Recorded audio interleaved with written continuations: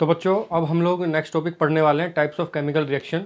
ठीक है, ये देखिए जो आपके अब मैं पढ़ाने वाला हूँ ये सबसे मोस्ट इम्पॉर्टेंट टॉपिक है इस चैप्टर का। तो आइए स्टार्ट करते हैं। देखिए टाइप्स ऑफ केमिकल रिएक्शन की अगर बच्चों बात करते हैं तो पहला हम पढ़ने वाले हैं बच्चों कॉम्बिनेशन रिएक्शन। क्या पढ़ने वाले हैं बच्चों? Combination reaction. देखो नाम से ही समझ में आ रहा होगा, कंबाइन, यानी अगर कोई चीज़ कंबाइन करके हमें रिएक्शन से क्या मिलता है? प्रोडक्ट मिलता है। अगर कुछ सब्सटेंसेस आपस में कंबाइन कर रहे हैं और हमें क्या प्रोवाइड कर रहे हैं? Product.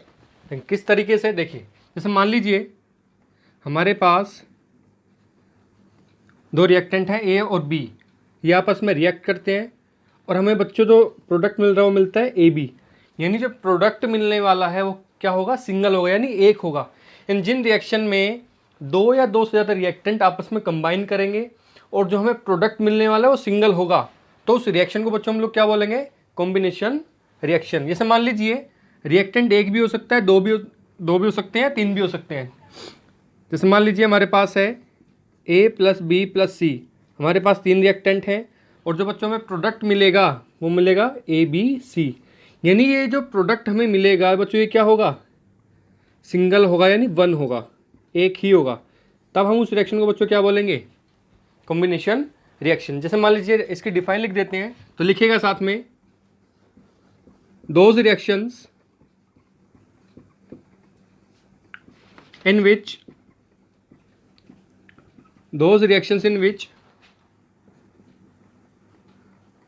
two or more reactants combined to form a single product.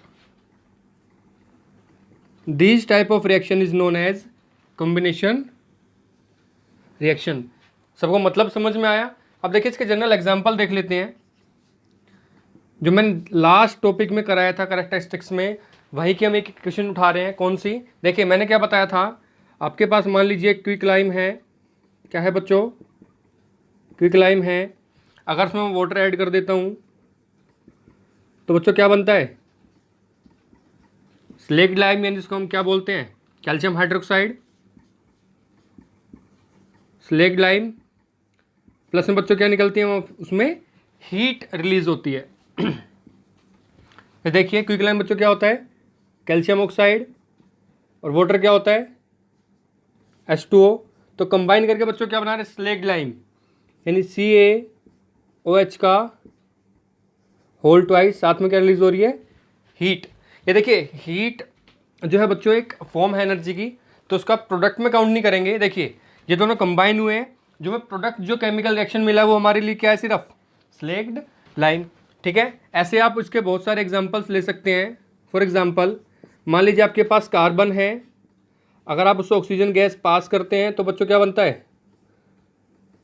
Carbon dioxide. ऐसे ही मान लीजिए आपके पास हाइड्रोजन गैस है, ऑक्सीजन गैस है, अंडर सर्टेन कंडीशन बच्चों क्या बन जाता है? वाटर फॉर्म हो जाता है। देखिए बच्चों ये जो सर्टेन कंडीशन मैंने बोला ये क्लास 11th में चैप्टर में आता है, इसलिए यहाँ पे डिस्कस ज़्यादा नहीं करेंगे। ऐसे ही हाइड्रोजन ऑक्सीजन गैस कंबाइन करते हैं बच्चों क्या बनता है? H2O, यानी वाटर बनता है। ऐसे ही आप कह सकते हैं, फॉर एग्जाम्पल आपके पास हाइड्रोजन गैस है, आपके पास बच्चों क्लोरीन गैस है, उससे कौन सी गैस बनेगी? हाइड्रोक्लोरिक गैस फॉर्म होगी। तो बच्चों बैलेंस कर लीजिएगा इनको, बैलेंसिंग नहीं छोड़नी होती है। यहाँ पर 2 लगा लीजिए और यहाँ पर बच्चों कितना आ जाएगा? 2 आ जाएगा, और ये ऑलरेडी बैलेंस्ड है। और ये केमिकल जो है रिएक्शन है फर्स्ट वाली, ये भी ऑलरेडी क्या बच्चों? बैलेंस्ड है। ठीक है, चल देखिए कॉम्बिनेशन रिएक्शन का मतलब समझ में आया बच्चों सभी को? क्या होता है? एक ऐसी रिएक्शन जिसमें क्या होगा? दो या दो से ज़्यादा रिएक्टेंट आपस में कंबाइन होंगे और कंबाइन होने के बाद आपको एक सिंगल प्रोडक्ट अगर मिलता है तो ऐसी रिएक्शन को आप कौन सी कैटेगरी में डालेंगे? Combination reaction. उसके कुछ जनरल एग्जाम्पल है, मैंने आप लोगों के सामने लिख दिए हैं। ठीक है, ऐसे बच्चों बहुत सारे एग्जाम्पल्स हैं करने के लिए, लेकिन अभी के लिए इतना सफिशिएंट है। ठीक है, देखिए अब एक बच्चों नोट में डाल लीजिए।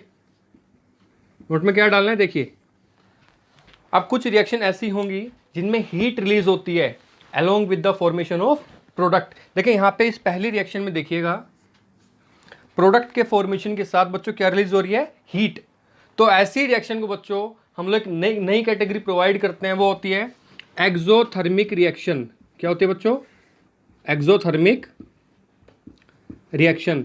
अब आपको मैं एक वर्ड बता देता हूँ, थर्म यानी थर्मा। यहाँ पे वर्ड बच्चों कभी भी आएगा थर्म या थर्मा, इसका मतलब होता है हीट। क्या होता है, हीट। जैसे क्लास 11th में पढ़ेंगे आप लोग फिजिक्स में thermodynamics. Thermo means heat, dynamics means motion, यानी हीट जो जब मोशन कर रही होती है। ऐसी कुछ चीज़ें होती हैं जहाँ पे थर्म वर्ड आएगा तो आप लोग दिमाग में बिल्कुल फिक्स कर लीजिए, थर्म वर्ड का मतलब बच्चों क्या होता है, हीट। ठीक है, ऐसे देखिए हम पढ़ने वाले एक्सो। एक्सो को मान लीजिए आप इसमें क्या लिख रहे हैं, एग्जिट, ऐसा मान लीजिए। एक्सो बोलते हैं ना एग्जिट, एक्सो से हम मान लीजिए एग्जिट। थर्मा मीन्स क्या बच्चों, हीट रिएक्शन, यानी एक ऐसी रिएक्शन जिसमें बच्चों हीट एग्जिट कर रही है। एग्जिट करने का मतलब क्या है, रिलीज हो रही है। तो ऐसी रिएक्शन को बच्चों हम लोग क्या बोलेंगे, एक्सोथर्मिक रिएक्शन। यानी डिफाइन हम लिखवाते हैं, साथ साथ लिख लीजिएगा। ठीक है, those reaction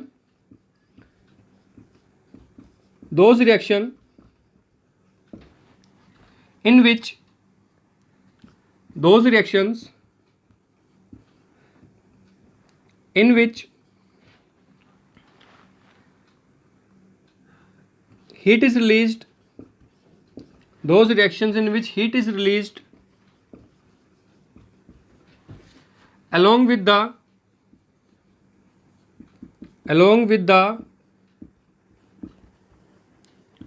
formation of product, these type of reactions are known as exothermic reactions। तो मैंने क्या बोला, those reactions in which heat is released along with the formation of product, these type of reactions are known as exothermic reactions। उसमें आप लोग ये reaction भी डाल सकते हैं। Example number first, calcium oxide, water के अंदर आपने क्या किया, इसको मिक्स किया तो क्या रिलीज हुआ, कैल्शियम हाइड्रोक्साइड, ये प्रोडक्ट है।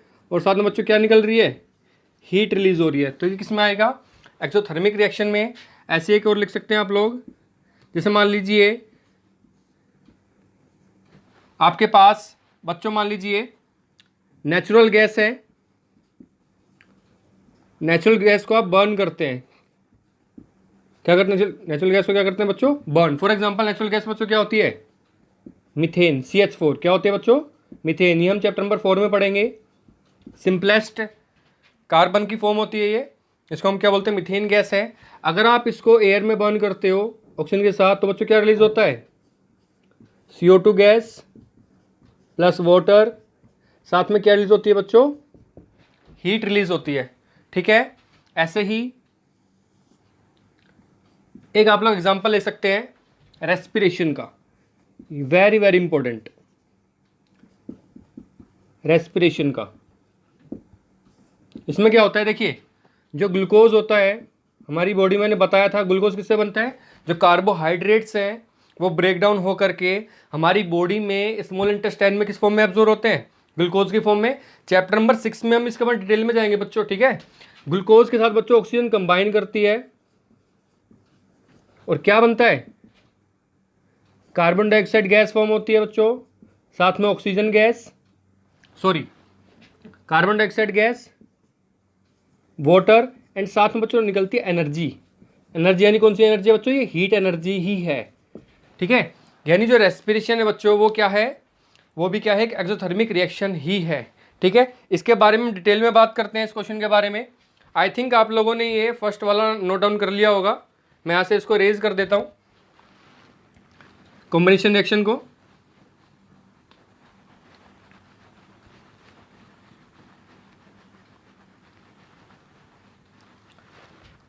देखिए जो रेस्पिरेशन है इसके बारे में डिस्कस करते हैं। रेस्पिरेशन बच्चों क्या होता है, देखिए हम बात करेंगे वैसे चैप्टर नंबर 6 में इसके बारे में काफ़ी, कि रेस्पिरेशन होता क्या है, इसके टाइप्स क्या होते हैं, एरोबिक एनारोबिक। देखो बच्चों सिंपली आप लोग अभी ये समझ लीजिए कि रेस्पिरेशन एक ऐसा प्रोसेस है जिसमें आपकी बॉडी में जो फूड डाइजेस्ट हुआ उसका एब्जॉर्प्शन होने के बाद उसके साथ ऑक्सीजन कंबाइन करती है, सेल्स के पास जाती है और वहाँ से बच्चों क्या रिलीज होती है, एनर्जी। इस पूरे प्रोसेस को हम क्या बोलते हैं, रेस्पिरेशन।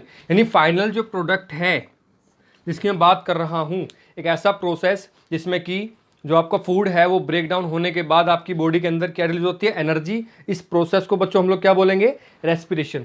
अब देखिए एक्सरसाइज में आई थिंक क्वेश्चन नंबर 10 आपका एक दिया हुआ है, इसी के ऊपर क्वेश्चन क्या है बच्चों, why respiration is considered an exothermic reaction, an exothermic reaction, explain। इस तरीके से क्वेश्चन दिया हुआ एक्सरसाइज में, क्वेश्चन नंबर 10। तो देखिए, तो आप लोग क्या बताएंगे, जैसे मान लीजिए जो फूड हम लोग खाते हैं, देखिए मैं यहाँ पे आपको एक्सप्लेन पहले कर देता हूँ, समझा देता हूँ किस तरीके से आप लोग आंसर लिखना है, अपने आप बना के भी लिख सकते हैं। देखिए जो फूड आप लोग खाते हैं वो क्या होता है बच्चों, सिंपलर सब्सटेंस में बच्चों ब्रेक डाउन होता है। क्या होता है, सिंपलर सब्सटेंस में बच्चों क्या होता है, ब्रेक डाउन। वो किसके थ्रू होता है, केमिकल रिएक्शन के थ्रू। वो हम पढ़ेंगे कि माउथ के अंदर सलाइवरी अमाइलेज होता है, फिर वो इसोफेगस से जाते हुए स्टमक में जाता है, स्टमक में पेप्सिन एंजाइम होता है, फिर वहाँ से लीवर, पेनक्रियास, इंटेस्टाइन, ये सारा हम डिटेल में जाएंगे कि रेस्पिरेशन हो कैसे रहा है चैप्टर नंबर 6 में। तो फिलहाल आप लोग क्या समझिएगा कि जब हम जो फूड इंटेक करते हैं वो केमिकल, उसका केमिकल रिएक्शन होता है और वो फूड जो है सिंपलर सब्सटेंस में ब्रेक डाउन हुआ, ठीक है, अलग अलग एंजाइम्स की हेल्प से। जैसे मान लीजिए फॉर एग्जांपल, जैसे आप लोग मान लीजिए राइस जो चावल खाते हैं या जो ब्रेड खाते हैं बच्चों, इन सब्सटेंस के अंदर क्या प्रेजेंट होता है, कार्बोहाइड्रेट्स। क्या होते हैं बच्चों, कार्बोहाइड्रेट्स। अब होता क्या है, ये जो बच्चों कार्बोहाइड्रेट्स हैं ये क्या होंगे, सिंपलर सब्सटेंस में ब्रेक डाउन होंगे और ब्रेक डाउन होकर के बच्चों में लास्ट में फाइनली क्या मिलने वाला है, ग्लूकोज। और ये मैं आपको बार बार बताते हुए आ रहा हूँ, फर्स्ट सेकंड लेक्चर में मैंने आपको बताया था कि कार्बोहाइड्रेट्स किस फॉर्म में बच्चों एब्जॉर्ब होते हैं, ग्लूकोज, प्रोटीन जो है अमीनो एसिड्स, फैट जो है फैटी एसिड एंड ग्लिसरॉल, ठीक है। तो देखिए ये जो ग्लूकोज है बच्चों, यही ग्लूकोज हमारी बॉडी में ऑक्सीजन के साथ कंबाइन करेगा, हर एक सेल्स के पास जाएगा और क्या रिलीज करेगा बच्चों, एनर्जी। क्या रिलीज करेगा, एनर्जी। इसीलिए इस प्रोसेस को हम लोग क्या बोलते हैं, एक्सोथर्मिक रिएक्शन। देखिए इसके रिएक्शन में लिख के दिखा देता हूं आप लोगों को, यहीं पे हम लोग लिख देते हैं। देखिए जो ग्लूकोज होता है बच्चों C6H12O6, साथ में क्या है ऑक्सीजन, कंबाइन किया तो बच्चों क्या मिला, CO2 plus H2O plus energy. ये रिएक्शन लिख लीजिएगा, इसमें अलग से इसको बंद कर देते हैं, कहीं भाग ना जाए ये रिएक्शन, तो बॉक्स में प्लीज़ बंद कर लीजिएगा, अगर भागेगी तो हम पकड़ के ले आएंगे, ठीक है। तो देखिए रिएक्शन मैंने यहाँ पे लिख दिया बच्चों। तो देखिए मैंने क्या बताया, सिंपल क्या है कि रेस्पिरेशन में क्या होता है, जो हम फूड इंटेक करते हैं वो केमिकल रिएक्शन के थ्रू हमारी बॉडी में किसके थ्रू होते हैं, एक्चुअली एंजाइम्स के थ्रू होते हैं। वो एंजाइम्स क्या करते हैं, उस फूड को, फूड यानी फूड में आपके कार्बोहाइड्रेट्स भी हैं, प्रोटीन भी है, फैट भी है, सारी चीज़ों की बात कर रहे हैं। एग्जांपल हमने किसका लिया बच्चों, कार्बोहाइड्रेट्स का। ये जो फूड के अंदर कार्बोहाइड्रेट है सिंपलर सब्सटेंस में बाय डिफरेंट एंजाइम क्या होंगे, ग्लूकोज में फाइनली जो है ब्रेक डाउन करते करते ग्लूकोज के फॉर्म में एब्जॉर्ब हुए। यही ग्लूकोज हमारे जब ब्लड में जाता है ये ऑक्सीजन के साथ कंबाइन करता है और हर एक सेल्स के पास पहुंच करके सेल्स के अंदर बच्चों क्या होती है, केमिकल रिएक्शन होती है और केमिकल रिएक्शन होने के बाद हमारे सेल्स में क्या रिलीज होती है बच्चों, एनर्जी। और उसके लिए क्या है, देखिए मैंने यहाँ पे लिख दिया है केमिकल रिएक्शन, ग्लूकोज का फॉर्मूला क्या होता है, C6H12O6 प्लस में ऑक्सीजन और साथ में रिलीज क्या होता है, CO2H2O एंड एनर्जी। बच्चों ये हमारे लिए मेन है एनर्जी, यानी एनर्जी रिलीज हो रही है। एनर्जी रिलीज होने का मतलब क्या है, that's why respiration is considered an exothermic reaction. तो बच्चों अभी हम लोगों ने डिस्कस किया था कॉम्बिनेशन रिएक्शन। तो कॉम्बिनेशन रिएक्शन के बेसिस पर एक क्वेश्चन है page number 10, question number first, उसके बारे में डिस्कस कर लेते हैं। देखिए बच्चों क्या बोल रहा है, a solution of a substance x, यानी सब्सटेंस एक्स का एक सॉल्यूशन, सॉल्यूशन यानी बच्चों कोई ना कोई दूसरा रिएक्टेंट भी इसके अंदर होगा, उसका जो सॉल्यूशन है जो बनता है बच्चों किस चीज़ के लिए यूज़ करते हैं हम लोग, वाइट वॉशिंग के लिए यूज़ करते हैं। वाइट वॉशिंग शायद आप लोगों को पता होगा, मतलब जो सफ़ेदी जो करते हैं ना घरों में वो उसके लिए यूज़ करते हैं। जो वाइट वॉशिंग के लिए यूज़ करो उसका सॉल्यूशन है एक्स का। अब बोलता है कि सब्सटेंस एक्स क्या है, इसका फॉर्मूला क्या है, और इस सब्सटेंस एक्स की वाटर के साथ आप लोग रिएक्शन शो करनी है। तो देखिए मैं आप लोगों को बता देता हूँ, जो हमने कॉम्बिनेशन रिएक्शन फर्स्ट एग्जांपल पढ़ा था, आपको याद होगा, अगर मैं क्विक लाइम की रिएक्शन वाटर के साथ करता हूँ, यानी हिंदी में बच्चों उसको चूना बोलते हैं, कैल्शियम ऑक्साइड को, ठीक है। ये जो कैल्शियम ऑक्साइड है बच्चों, अगर मैंने इसको वाटर इसके अंदर ऐड किया तो क्या होता था, हमारे पास क्या बनता था, कैल्शियम हाइड्रोक्साइड बनता था, साथ में बच्चों क्या रिलीज होती थी, हीट, ठीक है। देखिए यही सॉल्यूशन है जिसको हम वाइट वॉशिंग के लिए यूज करते हैं, solution used for white washing, इन सफ़ेदी करने के लिए बच्चों यही सॉल्यूशन होता है, चूना और पानी, चूना पानी, ठीक है। यानी सिंपली मैं क्या बता रहा हूँ कि कैल्शियम ऑक्साइड के अंदर वाटर अगर हम मिक्स कर देते हैं तो क्या होता है, कंपाउंड बनता है कैल्शियम हाइड्रोक्साइड, साथ में हीट रिलीज होती है। ये जो सॉल्यूशन है बच्चों, इसी को हम लोग वाइट वॉशिंग करने के लिए क्या करते हैं, यूज करते हैं। अब देखिए आगे प्रोसीड कैसे करते हैं इसमें। देखिए हमारे पास, देखिए मैंने क्या कहा था, a solution of a substance x, in substance x का सॉल्यूशन कोई दूसरा रिएक्टेंट भी होगा, तो ये सब्सटेंस एक्स बच्चों आपको क्या हो गया, कैल्शियम ऑक्साइड, साथ में वाटर है, इसलिए हमने इसको क्या बोल दिया, सॉल्यूशन, ठीक है।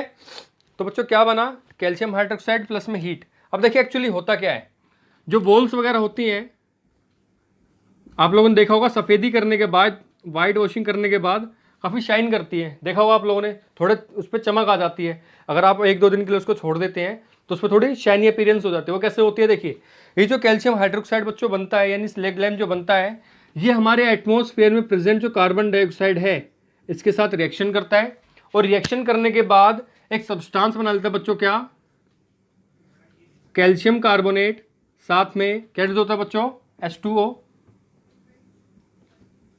देखो बच्चों ये है कैल्शियम कार्बोनेट,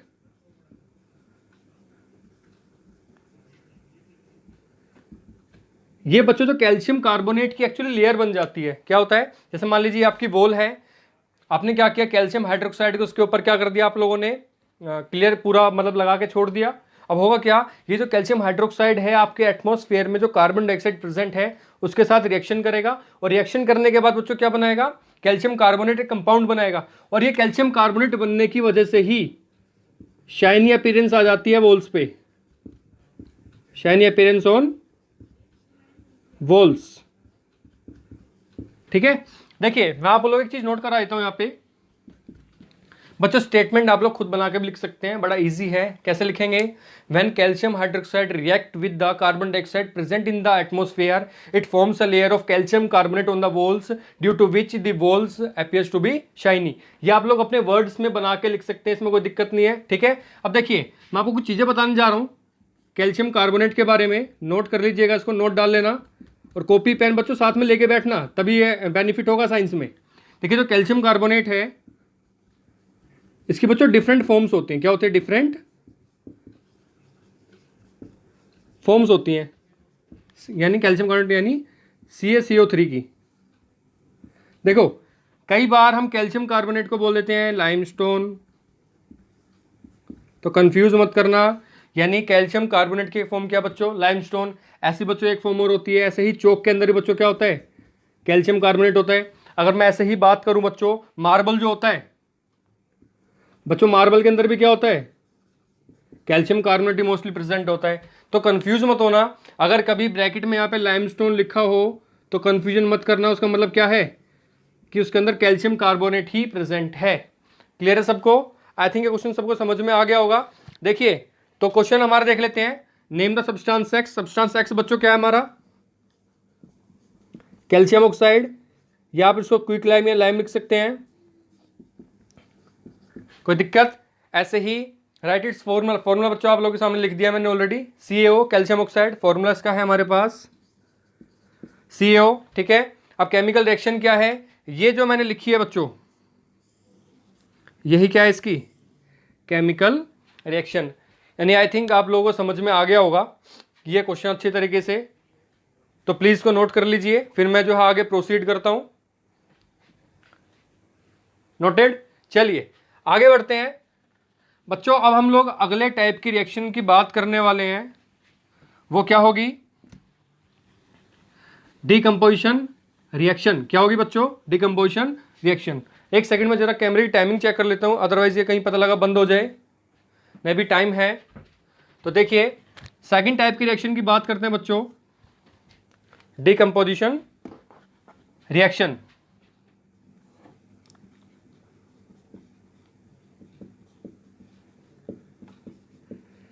बच्चों कॉम्बिनेशन रिएक्शन का जस्ट अपोजिट है। कॉम्बिनेशन रिएक्शन का बच्चों क्या? Just opposite. देखिए इसमें क्या होगा, अगर मैं बात करूं, आपके पास एक सिंगल रिएक्टेंट है, मान लीजिए ए। अब ये ब्रेकडाउन होगा और ब्रेकडाउन होकर के आप लोगों को मान लीजिए 2 और मोर प्रोडक्ट्स प्रोवाइड करेगा, बी प्लस सी, या हो सकता है ए ब्रेकडाउन हुआ, B plus C plus D, whatever, कितने भी हो सकते हैं प्रोडक्ट। यानी मैं अगर डिफाइन की बात करूं, तुम कैसे पता लगाएंगे कि कोई रिएक्शन डिकम्पोजिशन रिएक्शन है नहीं है? एक सिंगल रिएक्टेंट होगा, वो सिंगल रिएक्टेंट बच्चों ब्रेकडाउन होगा, और ब्रेकडाउन होने के बाद वो आपको क्या प्रोवाइड करेगा? 2 और मोर प्रोडक्ट्स। उसको हम क्या बोलेंगे? Decomposition reaction. वर्ड से पता लगाइए ना, डिकम्पोजिशन मतलब डिकम्पोज होना, यानी कोई चीज ब्रेकडाउन हो रही है। जब ब्रेकडाउन होगी तो उसमें क्या मिलेंगे? कुछ ना कुछ हमें नए प्रोडक्ट उसमें प्रोवाइड होंगे या मिलेंगे। तो देखिए फर्स्ट हम पहले इसकी डिफाइन लिख लेते हैं। देखिए लिखेगा साथ साथ, those reactions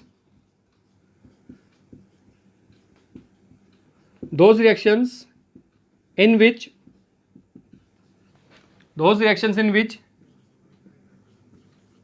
single reactant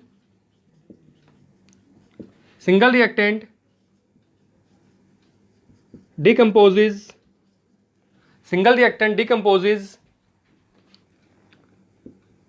in the presence of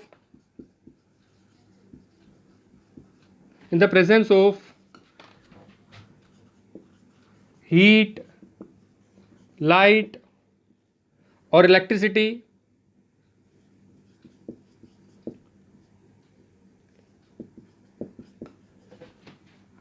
to form